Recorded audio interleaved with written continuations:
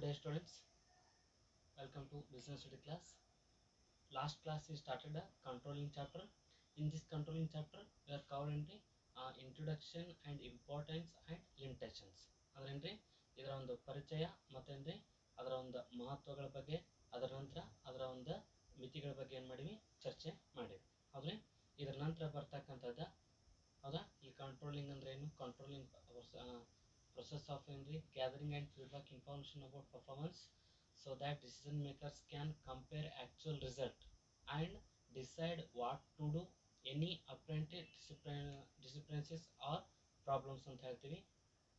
ಇವುಗಳನ್ನ ನೋಡ್ತಕ್ಕಂಥದ್ದು ಇದರ ನಂತರ ಕಲಿತಿರ್ತಕ್ಕಂಥದ್ದು ಇಂಪಾರ್ಟೆನ್ಸ್ ಆಫ್ ಕಂಟ್ರೋಲ್ ಅಂದ್ರೆ ಅಕಾಂಪ್ಲಿಷ್ ಆಫ್ ಆರ್ಗನೈಸೇಷನ್ ಗೋಲ್ಸ್ ಬಗ್ಗೆ ನೋಡಿದ್ವಿ. ಜಡ್ಜಿಂಗ್ ಅಕ್ಯುರಸಿ ಆಫ್ ಸ್ಟ್ಯಾಂಡರ್ಡ್ಸ್ ಅಂತ ಹೇಳ್ತೀವಿ. Making efficient use of resources ಅಂತ ಹೇಳ್ತೀವಿ. ಇಂಪ್ರೂವಿಂಗ್ ಎಂಪ್ಲಾಯಿ ಮೋಟಿವೇಶನ್ ಅಂತ ಹೇಳ್ತೀವಿ. ಎನ್ಶೂರಿಂಗ್ ಆರ್ಡರ್ ಆ್ಯಂಡ್ ಡಿಸಿಪ್ಲೈನ್ ಅದಾ ಅಲ್ಲಿರ್ತಕ್ಕಂಥ ಸಂಸ್ಥೆಯ ಗುರಿ ಮತ್ತು ಉದ್ದೇಶಗಳನ್ನು ಸಾಧಿಸುವ ಸಂಬಂಧ ಕಂಟ್ರೋಲಿಂಗ್ ಬಳಕೆ ಮಾಡ್ತೀವಿ ಅಂತ ಹೇಳ್ತೀವಿ. ಅಲ್ಲಿರ್ತಕ್ಕಂಥ ಶಿಷ್ಟೆಗಳನ್ನು ಪರಿಪಾಲನೆ ಮಾಡ್ತಕ್ಕಂಥದ್ದು ಸ್ಟ್ಯಾಂಡರ್ಡ್ಸ್ ಅಂತ ಕರಿತೀವಿ. ಅವುಗಳನ್ನು ನೋಡ್ತಕ್ಕಂಥದ್ದು making efficient use of resources ಅಂತ ಹೇಳ್ತೀವಿ. ಅಂದ್ರೆ ಅಲ್ಲಿರ್ತಕ್ಕಂಥ ಸಂಪನ್ಮೂಲಗಳ ಸದ್ಬಳಕೆ ಅಂತ ಹೇಳ್ತೀವಿ. ಹೌದಾ ದಕ್ಷತೆಯಿಂದ ಸಂಪನ್ಮೂಲಗಳನ್ನ ಬಳಸ್ಕೊಳ್ತಕ್ಕಂಥದ್ದು. ಇಂಪ್ರೂವಿಂಗ್ ಎಂಪ್ಲಾಯಿ ಮೋಟಿವೇಶನ್ ಅಂತ ಹೇಳ್ತೀವಿ. ಅಲ್ಲಿರ್ತಕ್ಕಂಥ ಸಿಬ್ಬಂದಿಗಳ ಪ್ರೇರೇಪಣೆಯನ್ನ ಮಾಡ್ತಕ್ಕಂಥದ್ದು. ಎನ್ಶೂರಿಂಗ್ ಆರ್ಡರ್ ಅಲ್ಲಿರ್ತಕ್ಕಂಥದ್ದು ಕ್ರಮಬದ್ಧತೆಯಿಂದ ನಡ್ಕೊಳ್ತಕ್ಕಂಥದ್ದು ಮತ್ತು ಶಿಸ್ತನ್ನ ಕಾಯ್ಕೊಳ್ತಕ್ಕಂಥದ್ದು. ಎದ್ರ ಮುಖಾಂತರ ಆಗುತ್ತೆ ಇದಷ್ಟು ಎಲ್ಲ ಕೂಡ ಆಗ್ತಕ್ಕಂಥದ್ದು ಕಂಟ್ರೋಲಿಂಗ್ ಮುಖಾಂತರ ಅಥವಾ ನಿಯಂತ್ರಿಸುವ ಮುಖಾಂತರ ಇವುಗಳನ್ನ ನೋಡ್ತಕ್ಕಂಥದ್ದು. ಇದರ ನಂತರ ಬರ್ತಕ್ಕಂಥದ್ದು ಇವುಗಳ ಬಗ್ಗೆ ಚರ್ಚೆ ಮಾಡಿವಿ. ಬರ್ತಕ್ಕಂಥದ್ದು ಲಿಮಿಟೇಷನ್ಸ್ ಆಫ್ ಕಂಟ್ರೋಲಿಂಗ್ ಅಂತ ಹೇಳ್ತೀವಿ. ಅಂದ್ರೆ ಡಿಫಿಕಲ್ಟಿ ಇನ್ ಸೆಟ್ಟಿಂಗ್ ಕ್ವಾಂಟಿಟೇಟಿವ್ ಸ್ಟ್ಯಾಂಡರ್ಡ್ಸ್ ಅಂತ ಹೇಳ್ತೀವಿ. Little control on external factors. Resistance from employees costly affair ಅಂತ ಹೇಳ್ತೀವಿ. ಅಂದ್ರೆ ಹೆಚ್ಚು ವೆಚ್ಚದಾಯಕವಾಗಿರ್ತಕ್ಕಂಥದ್ದು ಇದೇ ಸಿಬ್ಬಂದಿಗೆ ಕಿರಿಕಿರಿ ಉಂಟು ಮಾಡ್ತಕ್ಕಂಥದ್ದು. ಹೌದಾ ಇದೇನ್ರಿ ಬಾಹ್ಯ ಶಕ್ತಿಗಳ ಮೇಲೆ ಕಡಿಮೆ ಪ್ರಮಾಣದ ಶಕ್ತಿಯನ್ನು ಬಳಕೆ ಮಾಡ್ತಕ್ಕಂಥದ್ದು. ಡಿಫಿಕಲ್ಟಿ ಇನ್ ಕ್ವಾಂಟಿಟೇಟಿವ್ ಸ್ಟ್ಯಾಂಡರ್ಡ್ ಶಿಷ್ಟಗಳನ್ನು ಪರಿಪಾಲನೆ ಮಾಡಲ್ರಿ ಏನ್ರಿ ಅವುಗಳನ್ನು ಸಾಧ್ಯವಾಗಿಸಲು ಏನಾಗುತ್ತಾ ಬಹಳ ಕಡಿಮೆ ಆಗಿರ್ತಕ್ಕಂಥಗಳನ್ನು ಹೊಂದತಕ್ಕಂಥದ್ದು. ಇದರ ನಂತರ ಬರ್ತಕ್ಕಂಥದ್ದು ಅಂದ್ರೆ ಕಂಟ್ರೋಲಿಂಗ್ ಪ್ರೊಸೆಸ್ ಅಂತ ಹೇಳ್ತೀವಿ. ಅದ ಕಂಟ್ರೋಲಿಂಗ್ ಪ್ರೊಸೆಸ್ ಒಳಗೆ ಇಲ್ಲೇನು ಮಾಡ್ತೀವಿ ಸೆಟ್ಟಿಂಗ್ ಪರ್ಫಾರ್ಮೆನ್ಸ್ ಸ್ಟ್ಯಾಂಡರ್ಡ್ಸ್ ಅಂತ ಹೇಳ್ತೀವಿ. ಮೊದಲೇ ಬರ್ತಕ್ಕಂಥದ್ದು ಅಂದ್ರೆ ನಿಯಂತ್ರಿಸುವಿಕೆಯ ಪ್ರಕ್ರಿಯೆಯೊಳಗ ನಿರ್ವಹಣೆಯ ಶಿಷ್ಟಗಳನ್ನು ನಿರ್ಧರಿಸುವುದು. ಎರಡನೇದು ಮೆಜರ್ಮೆಂಟ್ ಆಫ್ ಆಕ್ಚುವಲ್ ಪರ್ಫಾರ್ಮೆನ್ಸ್ ಅಲ್ಲಿರ್ತಕ್ಕಂಥ ನೈಜ ಕಾರ್ಯನಿರ್ವಹಣೆಯನ್ನು ಶಿಷ್ಟಗಳೊಂದಿಗೆ ಹೋಲಿಸ್ತಕ್ಕಂಥದ್ದು. ಮಾಡ್ತಕ್ಕಂಥ ಕಾರ್ಯಗಳು ಅಲ್ಲಿರ್ತಕ್ಕಂಥ ಕಾರ್ಯನಿರ್ವಹಣೆಯನ್ನ ನೈಜ ಕಾರ್ಯಗಳೊಂದಿಗೆ ಏನ್ರಿ ಹೋಲಿಕೆ ಮಾಡ್ತಕ್ಕಂಥದ್ದು ಮೆಜರ್ಮೆಂಟ್ ಮಾಡ್ತಕ್ಕಂಥದ್ದು ಅಂತ ಹೇಳ್ತೀವಿ. Comparing actual performance with standards ಅಂತ ಹೇಳ್ತೀವಿ. ಅಂದ್ರೆ ಏನ್ರಿ ಅಲ್ಲಿರ್ತಕ್ಕಂಥ ನೈಜ ಕಾರ್ಯನಿರ್ವಹಣೆಯನ್ನ ಶಿಷ್ಟಗಳೊಂದಿಗೆ ಹೋಲಿಸುವುದು ಅಂತ ಕರಿತೀವಿ. ಇದರ ನಂತರ ಬರ್ತಕ್ಕಂಥದ್ದು ಅನಲೈಸಿಂಗ್ ಅಂದ್ರೆ ಡಿವಿಯೇಷನ್ಸ್ ಅಂತ ಹೇಳ್ತೀವಿ. ಅಂದ್ರೆ ಅನಲೈಸಿಂಗ್ ಡಿವಿಯೇಷನ್ಸ್ ಅಂದ್ರೆ ಇಲ್ಲಿರ್ತಕ್ಕಂಥ ವ್ಯತ್ಯಾಸಗಳನ್ನ ವಿಶ್ಲೇಷಿಸುವುದು. ಅದರ ನಂತರ ಬರ್ತಕ್ಕಂಥದ್ದು ಟೇಕಿಂಗ್ ಕರೆಕ್ಟ್ ಆಕ್ಷನ್ ಅಂತ ಅಂದ್ರೆ ಸರಿಪಡಿಸುವ ಕ್ರಮವನ್ನ ಕೈಗೊಳ್ಳುವುದು ಅಂತೇಳಿ ಕರಿತೀವಿ. ಓಕೆ ಇವ್ರ ಮುಖಾಂತರ ಇವುಗಳನ್ನ ಕಳಿಸ್ತಕ್ಕಂಥದ್ದು ನೋಡ್ರಿ. Set standards by which performance will be measured ಅದೇನ್ರಿ ಒಂದನೇದು. ಎರಡನೇದು ಮೆಜರ್ ಪರ್ಫಾರ್ಮೆನ್ಸ್ ಅಂತ ಹೇಳ್ತೀವಿ. Compare actual performance with standards and identify any deviations ಅಂತ ಹೇಳ್ತೀವಿ. Determine the reasons for deviations. Take correct action in if ಏನ್ರಿ ನೀಡೆಡ್ ಅಂತ ಹೇಳ್ತೀವಿ. ಅಂದ್ರೆ ಸೆಟ್ಟಿಂಗ್ ಪರ್ಫಾರ್ಮೆನ್ಸ್ ಸ್ಟ್ಯಾಂಡರ್ಡ್ಸ್ ಅಂತ ಕರಿತೀವಿ. ಹೌದಾ ಇವುಗಳ ನಂತರ ಬರ್ತಕ್ಕಂಥದ್ದು ಒಂದನೇದು ಯಾವ್ದು steps involved in the controlling process ಅಂತ ಹೇಳ್ತೀವಿ. The first step of setting standard against the which actual performance is evaluated. ಅಂದ್ರೆ ಏನ್ರಿ ಇದು ನಿಯಂತ್ರಿಸುವ ಪ್ರಕ್ರಿಯೆಯ ಮೊದಲನೇ ಹಂತವಾಗಿದ್ದು ಶಿಷ್ಟಗಳು ನೈಜ ಕಾರ್ಯನಿರ್ವಹಣೆಯನ್ನು ಅಳೆಯುವ ಪ್ರಮಾಣವಾಗಿದೆ ಅಂತೇಳಿ ಇವುಗಳನ್ನ ಕರಿತಕ್ಕಂಥದ್ದು.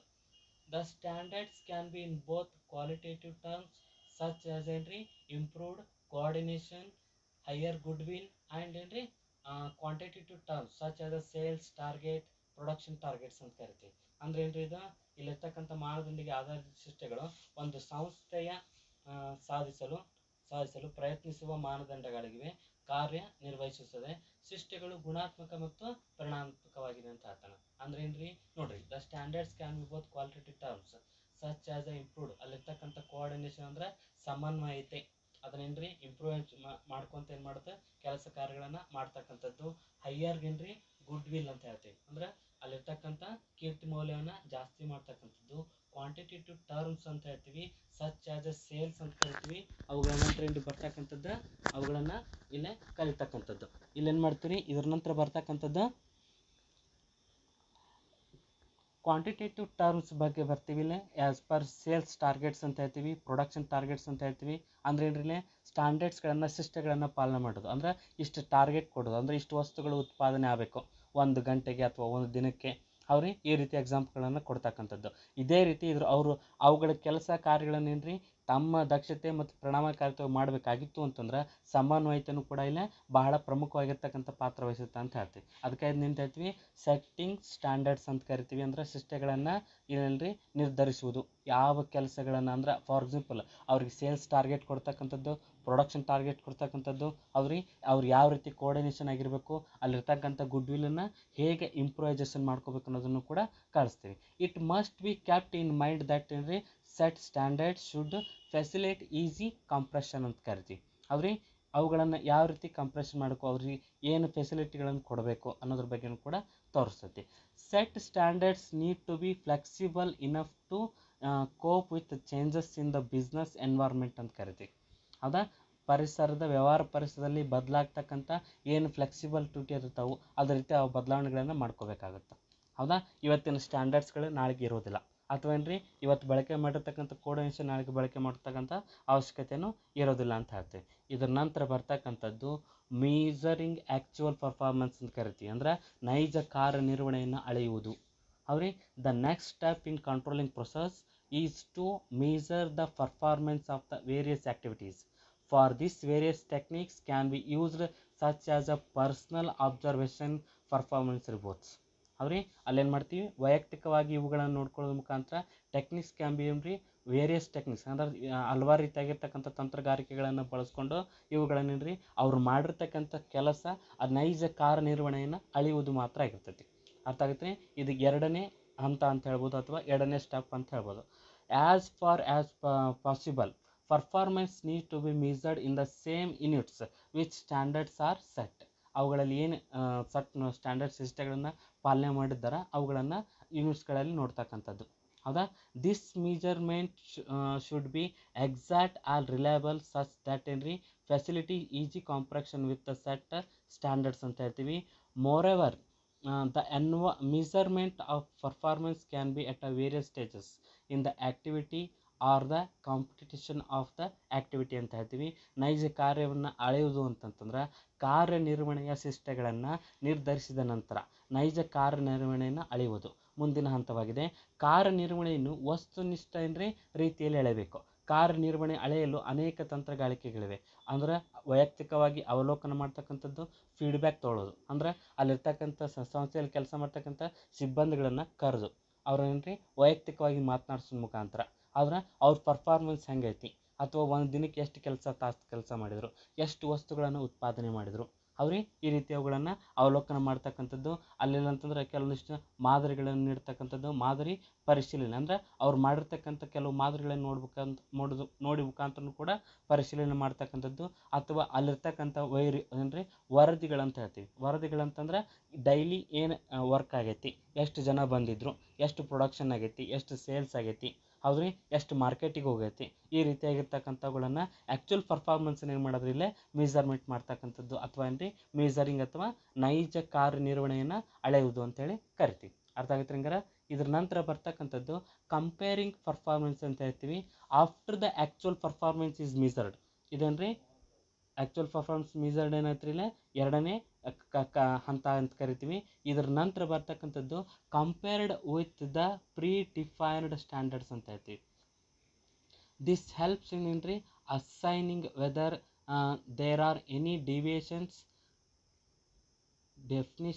in performance. Accordingly, it helps in identifying the required corrective actions to be taken ಅಂತ ಹೇಳ್ತೀವಿ. ಅನಲೈಸಿಂಗ್ ಡಿವಿಯೇಷನ್ ಅಂತ ಕರಿತೀವಿ. ಅಂದ್ರೇನ್ರಿ ನೋಡ್ರಿ, ಮೂರನೇದು ಯಾವುದೋ comparing performance. These helps in accessing the whether the any deficiency in performance. ಅಂದರೆ ಏನಾದರೂ ತೊಂದರೆಗಳು ಉಂಟಾದ್ರೆ ಅಂದ್ರೆ ನೈಜ ಕಾರ್ಯನ ಶಿಷ್ಟಗಳೊಂದಿಗೆ ಹೋಲಿಸ್ತಕ್ಕಂಥದ್ದು ಅಂತ ಕರಿತೀವಿ. ಹೌದ್ರಿ, ಎನಲೈಸಿಂಗ್ ಡಿವಿಯೇಷನ್ ಅಂತ ಕರಿತೀವಿ. ಈಗ ನೋಡ್ರಿ, ಈ ಹಂತವು ನೈಜ ಕಾರ್ಯನಿರ್ವಹಣೆಯನ್ನು ಶಿಷ್ಟಗಳೊಂದಿಗೆ ಹೋಲಿಸುವುದು, ನೈಜ ಅಪೇಕ್ಷಿತ ಫಲಿತಾಂಶಗಳ ನಡುವಿನ ವ್ಯತ್ಯಾಸ ಕಂಡುಕೊಳ್ಳಬಹುದು. ಉದಾಹರಣೆಗೆ, ಒಬ್ಬ ಕಾರ್ಮಿಕನು ಒಂದು ವಾರದ ಕಾರ್ಯನಿರ್ವಹಣೆಯನ್ನು ಅವನು ಉತ್ಪಾದಿಸಿದ ಯೂನಿಟ್ಗಳಲ್ಲಿ ಶಿಷ್ಟ ಉತ್ಪಾದನೆಯೊಂದಿಗೆ ಸುಲಭವಾಗಿ ಅಳೆಯುವುದು. ಒಂದು ವಾರಕ್ಕೆ ಒಬ್ಬ ಕಾರ್ಮಿಕ ಎಷ್ಟು ವಸ್ತುಗಳನ್ನು ಉತ್ಪಾದನೆ ಮಾಡಬಲ್ಲ ಅಥವಾ ಎಷ್ಟು ಮಾಡಿದಾನು ಅವುಗಳನ್ನೇನ್ರಿ ಈ ಫಾರ್ ಎಕ್ಸಾಂಪಲ್ ಅವನು ಮಾಡಿರ್ತಕ್ಕಂಥ ಉತ್ಪಾದನೆ ಮತ್ತು ವಾರದಲ್ಲಿ ಬರಬೇಕಾಗಿರ್ತಕ್ಕಂಥ ಉತ್ಪಾದನೆಯನ್ನು ಹೊಂದಾಣಿಕೆ ಮಾಡೋದು ಅಥವಾ ಏನ್ರಿ ಕೂಡಿಸಿ ಅಥವಾ ಕಳೆಯುವುದು ಅಥವಾಗಳ ಮುಖಾಂತರ ಏನ್ರಿ ಗೊತ್ತಾಗುತ್ತೆ. ಫಾರ್ ಎಕ್ಸಾಂಪಲ್ ಇಲ್ಲಿರ್ತಕ್ಕಂಥ ಕಾರ್ಮಿಕ ಒಂದು ವಾರಕ್ಕೆ 50 ವಸ್ತುಗಳನ್ನು ಪ್ರೊಡ್ಯೂಸ್ ಮಾಡಬೇಕು ಅಂತ ಇರ್ತೈತಿ. ಅವ ಏನು ಮಾಡಿರ್ತಾನೆ 55 ಮಾಡ್ಯಾನು ಅಂತಂದ್ರೆ ಅವ್ನ ಪರ್ಫಾರ್ಮೆನ್ಸ್ ಜಾಸ್ತಿ ಆಗೈತಿ ಅಂತ ಅರ್ಥ. ಅಥವಾ 40 ಮಾಡಿದನು 30 ಮಾಡಿದನು ಅಂತಂದ್ರೆ ಅಲ್ಲಿರ್ತಕ್ಕಂಥ ಎನಲೈಸಿಂಗ್ ಡಿವಿಷನ್ ಪರ್ಫಾರ್ಮೆನ್ಸ್ ಇದರಲ್ಲೇ ಕಂಟ್ರೋಲ್ ಐತಿ. ಇಲ್ಲಿ 40 ಮಾಡ್ಯಾನು ಅಂತಂದ್ರೆ ಏನು ತೊಂದರೆಗಳದಾವು ಅವುಗಳನ್ನು ಸರಿಪಡಿಸ್ತಕ್ಕಂಥದ್ದು. ನೆಕ್ಸ್ಟ್ ಬರ್ತಕ್ಕಂಥದ್ದು ವ್ಯತ್ಯಾಸಗಳನ್ನು ವಿಶ್ಲೇಷಿಸುವುದು. ಯಾಕೆಷ್ಟು ಕಡಿಮೆ ಆಯ್ತು ಅಥವಾ ಯಾಕೆಷ್ಟು ಹೆಚ್ಚಾಯ್ತು ಅನ್ನೋದ್ರ ಬಗ್ಗೆನೂ ಕೂಡ ನೋಡ್ತೀವಿ. ಇದರ ನಂತರ ಅದಕ್ಕೆ ಏನು ಕರಿತೀವಿ, ಇದನ್ನು ಅನಲೈಸಿಂಗ್ ಡಿವಿಯೇಷನ್ ಅಂತ ಹೇಳ್ತೀವಿ.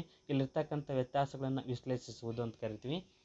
ಇಲ್ಲೇ with the comparison of the actual performance with the set of standards the deviation in performance are identified. For analysing deviations the following methods can be used.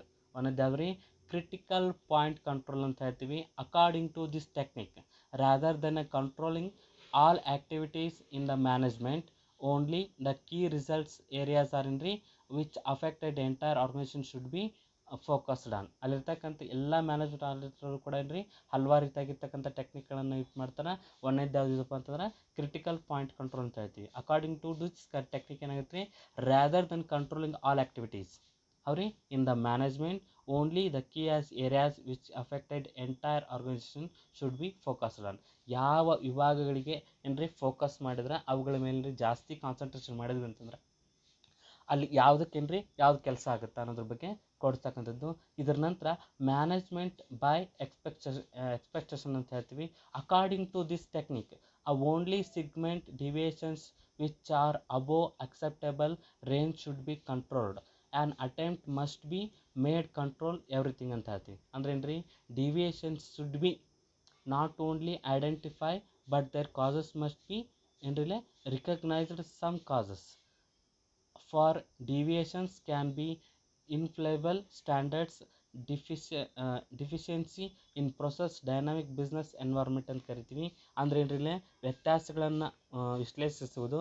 ಎಲ್ಲ ಕಾರ್ಯಚಟುವಟಿಕೆಗಳು ಕೆಲವು ವ್ಯತ್ಯಾಸಗಳನ್ನು ನಿರ್ವಹಿಸಬಹುದು. ವ್ಯತ್ಯಾಸಗಳೆಂದರೆ ನೈಜ ಕಾರ್ಯ ಪ್ರಮಾಣ ಶಿಷ್ಟಗಳ ನಡುವಿನ ಅಂತರವಾಗಿದೆ ಅಂತೇಳಿ ಇವುಗಳನ್ನು ಕಲಿತಕ್ಕಂಥದ್ದು.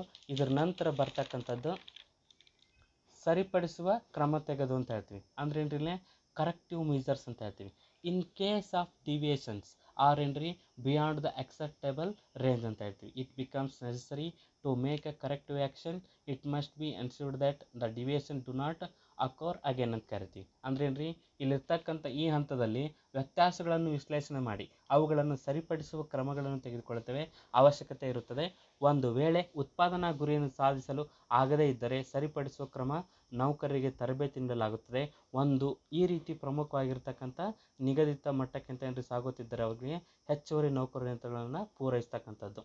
ಅವ್ರಿ ಇಲ್ಲಿರ್ತಕ್ಕಂಥ ನೋಡ್ರಿ ಅಂದ್ರೆ ಅಲ್ಲಿರ್ತಕ್ಕಂಥ ಒಂದು ವೇಳೆ ಏನಾದರೂ ಸಮಸ್ಯೆಗಳು ಬಂದು ಅಂತಂದ್ರೆ ಈ ರೀತಿಯಾಗಿರ್ತಕ್ಕಂಥ ಪ್ರೊಡಕ್ಷನ್ಗಳು ವಿಶ್ಲೇಷಣೆ ಮಾಡಿರ್ತಕ್ಕಂಥ ಸಂದರ್ಭದಲ್ಲಿ ಗುರಿಯನ್ನು ಸಾಧಿಸಾಯಿತು ಅಂತಂದ್ರೆ ಫಾರ್ ಎಕ್ಸಾಂಪಲ್ ಒಂದು ವಾರಕ್ಕೆ 1000 ಉತ್ಪನ್ನಗಳು ಬರಬೇಕಂತ ಇರ್ತೈವೆ.